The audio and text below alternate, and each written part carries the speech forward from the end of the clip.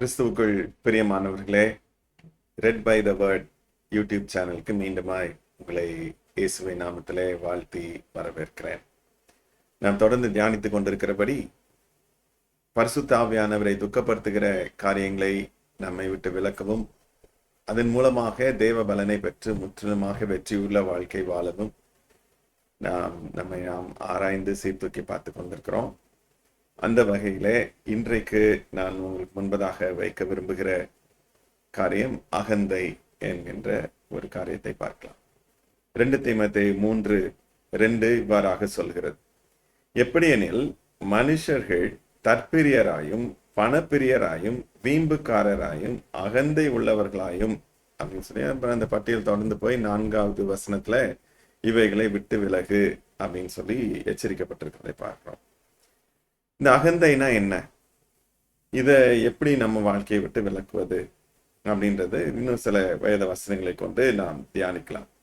நீதிமொழிகள் 30:13: வேறொரு சந்ததியாரும் உண்டு, அவர்கள் கண்கள் எத்தனை மேட்டிமையும் அவர்கள் இமைகள் எத்தனை நெறிப்புமானவைகள். அந்த குணம், இந்த மேட்டிமை, இந்த அகந்தை, இன்னொரு விதத்துல இந்த வார்த்தைக்கு மிக சேர்ந்த ஒரு வார்த்தை என்னன்னா ஆணவம். ஸோ இவைகள் எல்லாம் பார்க்கும்போது என்ன இது சொல்லுதுன்னா, அந்த இது கண்கள்லே தெரியுமா, மேட்டிமையான கண்கள். அது மட்டும் இல்ல, இமைகள் எத்தனை நெறிப்புமானவைகள். அந்த இமையை சுருக்கிறதுல இருந்தே அவங்களுடைய அந்த அகந்தை குணம் தெரியும். அவ்வளவு தூரத்துக்கு ஒரு கிறிஸ்துவுக்கு எதிரடையான ஒரு குணம். இது மனிதனை அழித்து போடுகிற குணம். ஏன் அப்படின்னு சொல்லி பார்ப்போம். நீதிமொழிகள் 21:4 இப்படியாக சொல்லுது: மேட்டிமையான பார்வையும் அகந்தையான மனமும் உள்ள துன்மார்க்கர் போடும் வெளிச்சம் பாவமே. நீ பாத்தீங்கன்னா திருப்பியும் இந்த வசனத்திலையும் கூட மேட்டிமையான பார்வை, அந்த பொறாமையின் கண்கள்னு சொல்லுவோம், எரிச்சலின் கண்கள், சாந்தத்தின் கண்கள், ஆண்டவருடைய கண்கள் எப்படி இருந்து நமக்கு தெரியும். ஸோ இங்க இந்த கண் பார்வை எப்படி இருக்குன்னா மேட்டிமையாக இருக்கிறது. மேட்டிமைனா ரொம்ப கர்வம், ஆணவம் பிடிச்ச ஒரு நிலைமை. அகந்தையான மனமுள்ள துன்மார்க்கர் போடும். அகந்தையான மனமுள்ள இவங்க நல்ல காரியம் பண்றோம் அப்படின்னு சொல்லிட்டு, அதாவது வெளிச்சம்னா நல்ல காரியத்திற்கு ஒப்பிடுகிறதை நான் பார்க்கிறோம் வேதத்துல. அப்படி இருக்கும்போது துன்மார்க்கர் போடும் வெளிச்சமும் பாவமே. அந்த வெளிச்சம் கூட பாவமா தான் இருக்கலாம். அந்த அளவுக்கு இந்த அகந்தை ஒருவனை மடங்கடிக்கிறதாக இருக்கிறது, தோற்று போக செய்கிறதாக இருக்கிறது. சங்கீதக்காரன் அதனாலதான் 101ஆம் சங்கீதத்துல 5ஆம் வசனத்துல இப்படி சொல்கிறான்: பிறனை ரகசியமாய் அவதூறு பண்ணுகிறவனை சங்கரிப்பேன், மேட்டிமை கண்ணனையும் பெருநெஞ்சுள்ளவனையும் பொறுக்க மாட்டேன். I will not tolerate. யாருன்னா இந்த மேட்டிமையான கண்கள், ரொம்ப பெருநெஞ்சன், நான் என்ற கர்வம்.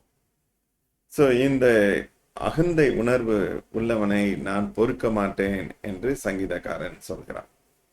ஏன் இவ்வளவு இந்த அகந்தைக்கு நம்ம வேதத்துல இந்த வார்த்தைகள் இவ்வளவு தூரம் ஒரு அழுத்தத்தை தருது அப்படின்னு சொன்னீங்கன்னா, நீதிமொழிகள் 16ஆம் வசனம் 16ஆம் அதிகாரம் 18ஆம் வசனம் இப்படியாக சொல்லுது: அழிவுக்கு முன்னானது அகந்தை. அழிவுக்கு முன்னானது அகந்தை. டிஸ்ட்ராக்ஷனுடைய பிகினிங் அகந்தை, ஹார்ட்டினஸ். ஸோ இதுதான் இந்த வார்த்தை நமக்கு எச்சரிக்கிறதாக இருக்கிறது. விழுதலுக்கு முன்னானது மனமீட்டிமை. ஏன் இது அப்படி என்ன அப்படின்னு சொல்லி பார்த்தீங்கன்னா, நீதிமொழிகள் 6ஆம் அதிகாரம் 16ஆம் வசனத்திலிருந்து 19ஆம் வசனம். நீதிமொழிகள் 6:16 முதல் 19 வரை. 6 காரியங்களை கர்த்தர் வெறுக்கிறார், 7 அவருக்கு அருவருப்பானவைகள். அவையாவன: மேட்டிமையான கண். முதல் அந்த லிஸ்ட்ல கர்த்தர் வெறுக்கிற முதல் காரியம் எங்க வருதுன்னா, அந்த மேட்டிமையான கண். அந்த மேட்டிமையான கண் எங்க இருந்து வருது? அந்த பார்வை எங்க இருந்து வருது? உள்ளுக்குள்ள இருக்கிற அந்த அகந்தை, ஆணவம், கர்வத்துல இருந்து வர்றது. அது பார்க்கிற பார்வையே வித்தியாசமா. நான் யார் தெரியுமா, உன்னால அப்படி ஒரு அற்பமாக எண்ணுகிறேன், ஒரு இழிவான பார்வை, தான் மிகவும் உயர்ந்தவன் என்றும் மற்றவர்கள் எல்லாம் தாழ்ந்தவர்கள் என்றும் எந்த விதத்திலையும் பார்க்கிற, அவங்க சேரக்கூடாது அப்படின்ற ஒரு உணர்வு, உள்ளான உணர்வு அங்கே குறிப்பிடுறதை பார்க்கிறோம். இது அது தொடர்ந்து அதுல பொய் நாவு, குற்றமற்றவர்களுடைய ரத்தம் சிந்துதல், துராலோசனையை பிணைக்கும் இருதயம், தீங்கு செய்வதற்கு விரைந்தோடும் கால், அபத்தம் பேசும் பொய் சாட்சி, சகோதரருக்குள்ளே விரோதத்தை உண்டு பண்ணுதல் ஆகிய இவைகளே அப்படின்னு சொல்றார். அதுல முதல்ல வர்றது மேட்டிமையான கண். இப்போ நம்ம ஆண்டவர் வெறுக்கிறார்ன்றது இதுல ரொம்ப நல்ல தெளிவாக தெரியுது. அப்ப இந்த கர்த்தர் வெறுக்கிற காரியம் நமக்குள்ள இருக்கலாமா? நமக்குள்ள அப்படி இருந்ததுன்னா, பரிசுத்த ஆவியானவர் நம்மிலே தங்கி நம்மளுடைய சரீரத்தை சுத்தப்படுத்தி அதை ஆலயமாக்கி நம்மிலே நமக்காக வாசம் பண்ணுகிற பரிசுத்த ஆவியானவர் சந்தோஷப்படுவாரா அப்படின்னா சந்தோஷப்படுவார். ஏன்? இன்னொரு வார்த்தை யாக்கோபு 4:6 பார்க்கிறோம். அவர் அதிகமான கிருபையை அளிக்கிறார். கர்த்தருடைய கிருபை மகா பெரியது. வானத்திற்கும் பூமிக்கும் எவ்வளவு உயரமோ அவ்வளவாக அவர் தமக்கு பயந்தவர்களுமே கிருபையை பெருக பண்ணுகிற தேவன் என்று சொல்லப்படுகிறதை பார்க்கிறோம். ஆதலால் கிருபை அளிக்கிறாரேன்னு சொல்லிட்டு, ஆதலால் தேவன் பெருமை உள்ளவர்களுக்கு எதிர்த்து நிற்கிறார், தாழ்மை உள்ளவர்களுக்கோ கிருபை அளிக்கிறார் என்று சொல்லி இருக்கிறது. கர்த்தர் வெறுக்கிறது மட்டும் இல்ல, கர்த்தர் கிருபையை அளிப்பதை நிறுத்தி விடுவார். யாருக்கு தருவாரு? தாழ்மை உள்ளவர்களுக்கு தருவார். அப்போ ஒரு சூழ்நிலையில நம்ம இன்னொருத்தங்களை தாழ்த்தணும்னா நமக்கு தேவ கிருபை வருமா? தாழ்த்துகிற அவர்களுக்கு தேவ கிருபை வருமா? நம்ம மேட்டிமையாக இருந்தோம் என்று சொன்னால் நம்மை கர்த்தர் வெறுப்பார், நம்முடைய குணத்தை கர்த்தர் வெறுக்கிறார், நமக்கு உதவி செய்ய மாட்டார்.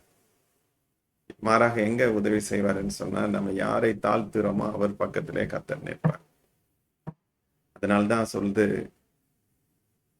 விழுதலுக்கு முன்னாடி இந்த அகந்தை வரும்.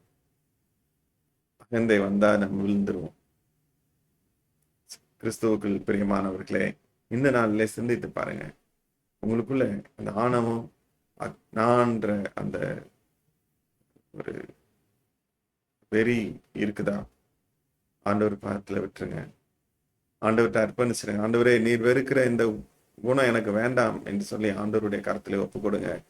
ஆண்டவர் நம்மளை சீர்தூக்கி சீர்படுத்தி நம்மை அவருடைய நாம மகிமைக்காக பயன்படுத்துவார். கண்களை மூடி ஆண்டவரை நோக்கி பார்க்கலாம். எங்களை நேசிக்கிற நல்ல ஆண்டவரே, இந்த நாளிலும் எங்கள் முன்பதாக வைத்த இந்த வார்த்தையை இந்த கரத்திலே ஒப்பு கொடுக்கிறோம். தகப்பனே, நீர் எங்களுக்கு இறங்கும். எங்களுடைய வாழ்க்கையிலே ஆண்டவரே, இந்த அகந்தையான உணர்வு எங்களை விட்டு நீங்கிட்டோம். ஆண்டவரே, இதை நீர் வெறுக்கிறீர் என்று சொல்லி பார்க்கிறோம். ஆண்டவரே, சங்கீதக்காரனை போல ஆண்டவரே, எங்களிடத்துல மட்டும் இல்ல, இந்த அகந்தை உணர்வு உள்ள இடத்திலே நாங்கள் உறவாடாதபடிக்கு ஆண்டவரே நீர் எங்களை விலக்கி பாதுகாத்துக் கொள்ளும். ஆண்டவரே, நாங்கள் விழுந்து போகாமல் நிலை நிற்கும்படி, உம்முடைய கிருபையால் தாங்கப்படும்படி, உம்முடைய கிருபையால் நிலை நிற்கிறோம் என்று சொல்லி உம்மை நோக்கி பார்த்து உம்மை உயர்த்து துதிக்கும்படி ஆண்டவரே, தாழ்மை உள்ளவர்களுக்கு கிருபை அளிக்கிற தேவனுடைய பாதத்தை பற்றி பிடித்துக் கொண்டவர்களாக, அந்த கிருபையை பெற்றுக்கொள்ள முடியாதபடி எங்களிலே தடை செய்கிற இந்த ஆணவத்தை, இந்த கர்வத்தை, இந்த அகந்தையை எங்களை விட்டு நீர் எடுத்து போடும்படி எங்களை முற்றுமுடிய நம்முடைய கரத்திலே விட்டு தருகிறோம். ஆளுகை செய்யும், வழி நடத்தும். இயேசுவின் நாமத்திலே எடுக்கிறோம், ஜீவனுள்ள நல்ல பிதாவே, ஆமென். கர்த்தர் உங்களை ஆசீர்வதிப்பாராக. தேவனுடைய வார்த்தையை தொடர்ந்து கேளுங்கள். இந்த யூடியூப் காலையில 5 மணிக்கு இது ஆன்லைன்ல வரும். ஸோ நீங்கள் சப்ஸ்கிரைப் பண்ணுவீர்கள் என்று சொன்னால் லிங்க்குக்கு நீங்கள் காத்திருக்க வேண்டிய தேவையில்லை. நீங்கள் நேரடியாகவே யூடியூப்பில் இதை பார்க்க முடியும். ஆகவே சப்ஸ்கிரைப் பண்ணும்படி அன்போடு கேட்டுக்கொள்கிறேன். God bless you.